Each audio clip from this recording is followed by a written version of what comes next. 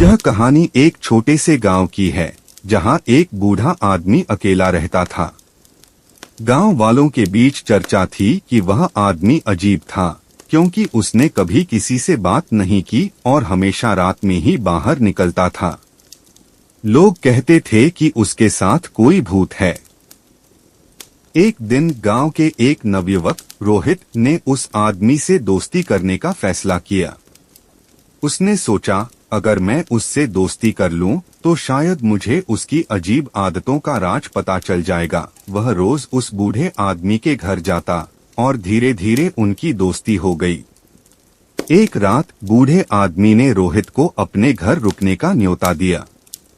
रोहित मान गया और उस रात उन्होंने साथ बैठकर खाना खाया और बातें की। लेकिन आधी रात के करीब रोहित को कुछ अजीब महसूस हुआ।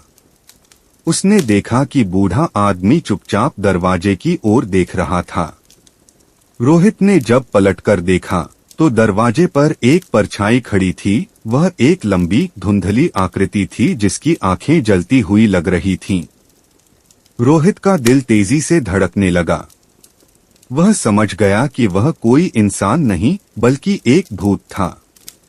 बूढ़ा आदमी अचानक हंसने लगा, एक ठंडी डरावनी हंसी। उसने कहा, यह मेरा दोस्त है जो हर रात मुझसे मिलने आता है। क्या तुम भी इसके दोस्त बनोगे? रोहित को लगा जैसे उसकी सांसें थम गई हों। उसने तुरंत वहां से भागने की कोशिश की, लेकिन उसके पैर जैसे जम गए थे। भूत की आंखें उसकी ओर घूर रही थीं और धीरे धीरे वह रोहित की ओर बढ़ने लगा।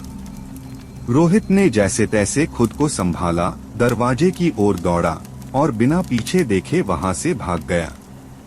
उस रात के बाद रोहित ने कभी उस बूढ़े आदमी के घर की ओर नहीं देखा।